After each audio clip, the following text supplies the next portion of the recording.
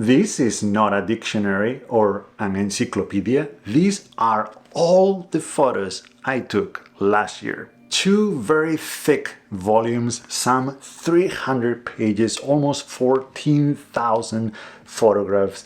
These are my 2022 contact sheets. In this video, we'll talk about why I made these, how they help me improve as a photographer, why you might want to do the same, and how you can make them yourself. So let's do it.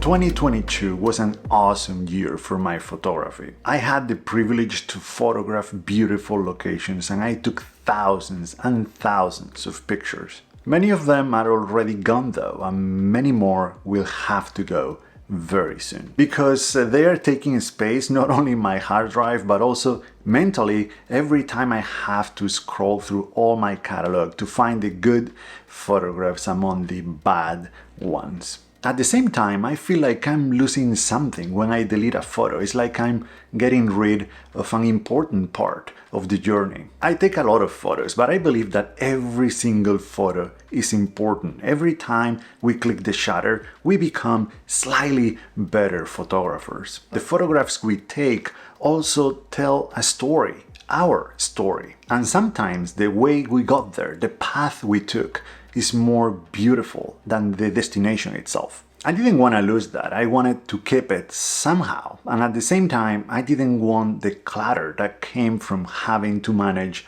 thousands and thousands of images. How can we marry both? Well, enter contact sheets.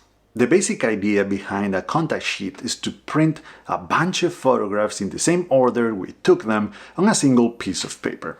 Of course, contact sheets originated back in the film era.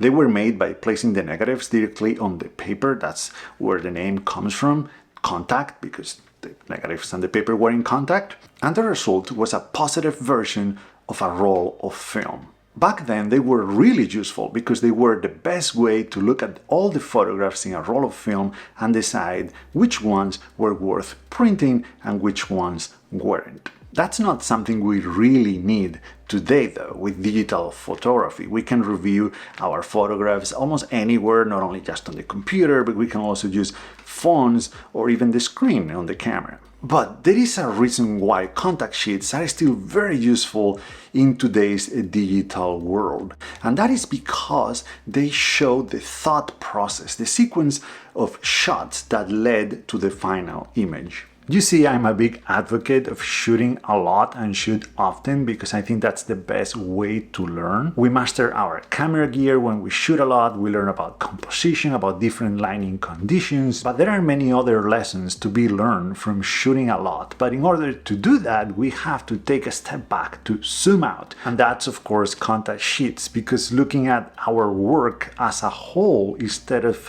individual pictures can be very revealing. We might find patterns. Perhaps we'll see that we tend to go for wide-angle shots and not as many detailed shots. Or the opposite, maybe we tend to use longer focal lengths while neglecting the wider angles. Looking at a lot of pictures over a long period of time, we might realize that we do not shoot a variety of subjects or that we shoot too many of them. As I said, contact sheets can be very revealing, not only to ourselves, but to others as well. These printed versions are just for me to keep on the shelf, but I share a digital version of these contact sheets over on my Patreon page. I upload a monthly PDF with all the images that I take that month, and at the end of the year, it's just a matter of putting all of those PDFs together and send them to the printer. If you want to take a closer look at the work I did in 2022, at the work that I'm doing in 2023, and support my photography in the process, then please follow the link in the description down below. I've been doing contact sheets for a while now. Let me show you. I just have to go through my old film stuff, but I should have something to show you over here.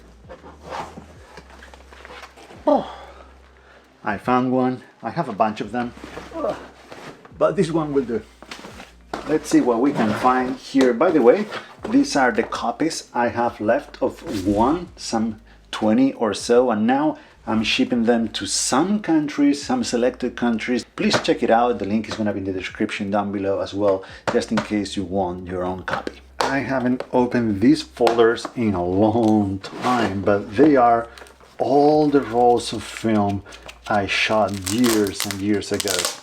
With this beauty, by the way, it's still here, and I found a roll of HP5, so I am very tempted, but I don't even have chemicals or anything to develop them here at home. I don't know. Anyway, let's go back to the contact sheets. Oh, this one is a cool one because it has photos. They are photos from the total solar eclipse that happened in Oregon. Well, I guess in more parts of the world, but I saw it from there in 2017, August of 2017. But you can't really make much of these negatives. They are harder to look at than positive prints, than positive photographs. I'm afraid I got rid of them because I can't find any, but the plastic sleeve is still sticky. It's sticky because I used to print contact sheets and tape them on front of those rolls, so I knew the images that were there. That was pretty useful when it came to finding an image in those big folders, but that was about it. Those contact sheets didn't give me, and they don't give me today, any more information. They don't show the whole sequence, the whole thought process that led me to take a photo, because back then, and today is even worse, shooting with that medium format film camera was really expensive. Every shot cost me around $1, so I was very picky. I was not shooting 20, 30 shots of the same tree, but maybe 2 or 3. There is nothing wrong with that approach. Of course, I was still going through the same thought process that led me to the final composition, to the image that I liked, but it never got capture because most of the photographs I was taking were mental photographs. So that process is lost now. With my digital camera, however, I don't spare any shots, especially when I'm photographing wildlife, when the weather is very bad, or when the light is fading away. Now, that doesn't mean that I click the shutter for the sake of clicking it. Every time I take a photo, I'm trying to capture a feeling that I had in the field. And those feelings are worth keeping, I believe. And that is what I'm trying to do with these contact sheets, to have a printed record of all of those feelings, of all of those images that I felt I should capture in the field, with no regards to their quality or to their compositional merits. In fact, most of the images in these books are bad, they just don't work. But really, it's only when you take them all together that you can see the whole story behind my photography. They show me something that I don't see when I look at individual photographs from years ago. How I wish I had started doing this much earlier, years ago. And that's why I wanted to share this with you, because this might be something you want to try yourself, to keep a record of your journey, and something that if you don't do, you might regret in the future. And it's also a good way to give yourself permission to let go of all of those images that you've been holding onto for so long because you were afraid of deleting them and losing those feelings that you had. This might do that for you. Alright, so I'm gonna show you how I make these contact sheets. This is the easiest way I found to make them using the software that I already use, but of course there are plenty of different ways that you can get to the same result. In fact, I believe that Adobe Lightroom Classic has this feature built in, but I use the newer Adobe Lightroom, this one, so the process is a little bit more manual, but it's still pretty easy as you see. The first thing is, of course, to choose a specific date. I am choosing February 27th. I was here in Indiana. I want to make sure that all the images look the way they are supposed to look like. As you know, my photography is mostly square and black and white. That's how I take the photos in the field with that in mind. But the raw files are in color, and with my A7R2, the raw files don't show up as the square photographs, they show up as 3x2. So the first thing I do, of course, is to convert all of those photos to monochrome and to crop them to square. Here, all the photos already look good, so I want to make sure that they are ordered by a capture date. So I select them all using Command A, or we can also click on the first one, then hold the Shift key and click on the last one. We go to Export, we select Custom Settings.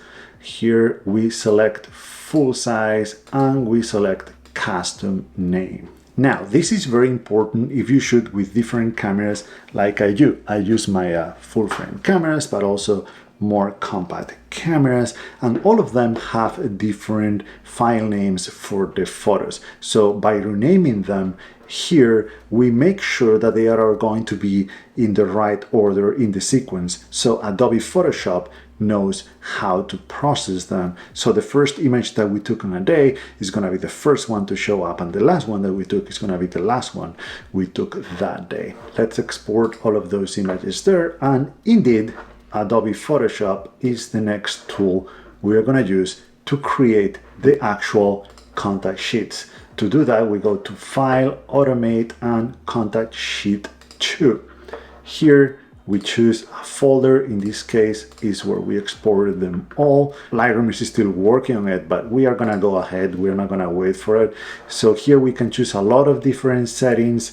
These are the ones I like. Feel free to copy them, but basically the most important ones are columns and rows, because that is the amount of photos that we want to show in just one single sheet. The size of the paper, of course, and I have grayscale because my photos are in monochrome. So we press OK, and now it's going to take a while, not too long, hopefully now, because we don't have as many images in that folder just yet. But if you have a lot of images from one day, this might take a little bit. All right, so we got 2 sheets completed. There were more images, but I didn't give Lightroom enough time to finish processing them, but that's all right. This is all I need to show you how to make them. Once we have all the images in one sheet, we have to export them. So we go to File, Export, Export As, and I do JPEG, but you can do whatever format you want. They are all fine. And I choose 6,000 pixels wide. This is totally overkill for this use case, but now we export the final sheet and we can close it and move on to the next one. Now we have these 2 files with all the photos I took on February 27th, and as you might be able to see, they are in the right order from first to last I took that day. Now what I use is a simple word processor to put them all together. In this case, Pages. I call this document imports, but you can call it whatever you want, contact sheets, whatever. This is for the month of February. I can do January 27th. I think it was Thursday. I add this little information with the date and the location, so I don't forget about that. And then I just need to add those contact sheets one by one. I change the size to 6 inches wide, and using these rulers or whatever they are from Pages, I place the contact sheet in the dead center, and I do the same for the next one here. Again, 6 pixels and to the center of the sheet. And that's pretty much it. It's a little bit time consuming, especially if you have a lot of photos, but it's a very, very straightforward process. I wish I had started doing this much earlier. I would love to have books this thick with all the photos that I took in, say, 2017, 2018, but I don't have them. All I have left now are scattered photographs that tell parts of the story, but not the whole thing. That's why I want to encourage you to try this, to give it a try, even if you're not totally convinced just yet. It does take a bit of work, but if you do it little by little, once a week, every couple of weeks. Just don't wait until you have hundreds of images, because then it will feel overwhelming. But if you do that, at the end of the year, you will end up with a volume like this, or even thicker than these ones, with all the photos that you took. It will be your very own story, your very own adventure in images, yours to keep forever. I had my doubts last year when I was working on these contact sheets, but now that I have the final result, the 2 volumes, I couldn't be happier. It's a different way to look at our work from a much higher perspective, just to take the big picture in and forget about those individual images, individual outings, and see our photography as a whole. But you might already be doing this yourself or something very similar, and I would love to hear from you in the comments down below, or if you have any questions, please leave a comment and I'll get back to you. For now, this is all. I hope the video was helpful and it inspires you to try this. Give it a try, give it a try. Thank you so much for watching, and see you in the next one.